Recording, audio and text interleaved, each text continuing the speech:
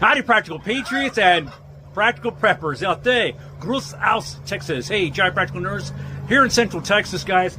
That said, there's a couple of things I did to prepare for the storms and for the flooding out here. If you look behind me, the back part of my farm, where I'm standing from, is definitely underwater. The range is underwater, so I haven't been able to do any testing or any reviews lately. But that said, there was a couple of things, guys, I will always tell people if you're a new homesteader, you know, if you're a seasoned homesteader, that I always encourage you to do. One, know exactly the land that you're buying.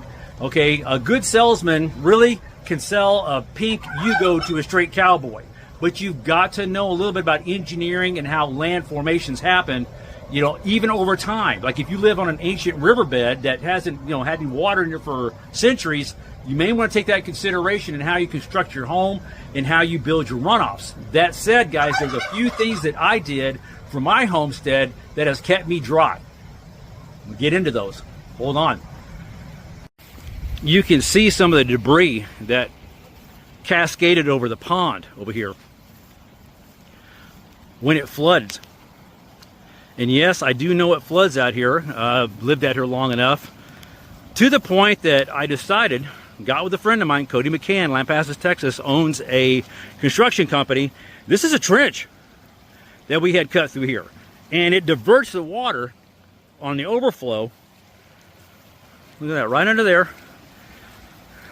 Got a tin horn culvert right there. Okay, diverts the water, and that's a lot of water for us to do that right there. Right here, diverts the flood water away from like all the buildings and everything. Diverts it to the back of the farm that I don't use, which, by the way, yes, is, you look careful enough, let me see if I can get it for you. Includes the range. I'm not sure how well you can see it from this distance, but you can also see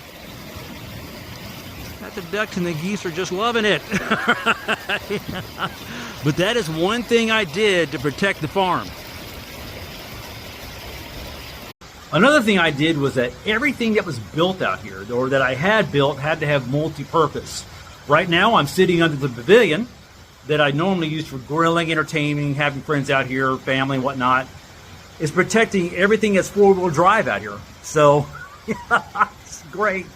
Got the Jeep ready to go, got the tractor in case I got to move debris, you know, wet weather gear just in case. Action packers, guys, really important. Keep enough supplies for 3 days in action packers for each member of your family, just FYI. And don't forget that really good action packers that seal, float, are flotation devices.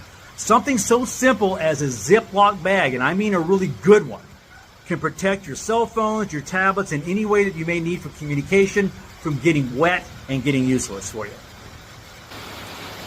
Have you guys had enough of this yet? And check out where the peacocks are hanging out. Animals are not dumb, y'all. Like my uncle said, always watch the animals and listen to the animals, and they will tell you exactly what they need and what you need to be doing also. Couple of things I really want to impress. One was, in the area that I live, there was ample warning. You know those annoying tones that you get on your phone that tells you about Amber Alert? Ours is the same thing that we have out here, but we'll also tell you about weather. That said, y'all, I'm going to sit there and tell you this. As a nurse, we get this thing called like alarm fatigue. And again, I tell you people, any alarm, use your head, you know, take heed, listen to them, you know. What you do with that information is up to you. With that, I will sit there and say that there's also levels of protection I need you to understand. First of all, you are your own first responder. That said, I'm watching the news, and these people are protesting the government should have did this, government should have did that. No, don't depend on any entity. Again, the key word is depend on any entity to come save you. You, again, are your own first responder.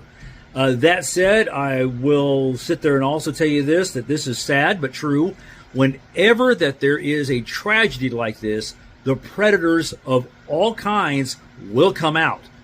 So, again, use the gray matter in your dome there to always be aware of your surroundings and what's going on. Also, I will also encourage you to keep your powder dry. You have a homestead. Remember that you are the first responder. You're also your first line of defense. protect your family, protect your livestock, protect your loved ones. And keep this in mind, okay? 1, never wait for someone to tell you to evacuate, okay? A little bit of a poem there for you. Use your sense, everything that you have, your sense of your surroundings and everything. And keep in mind that every single one of us here today is alive because one of our ancestors was capable of surviving with far less than what we had.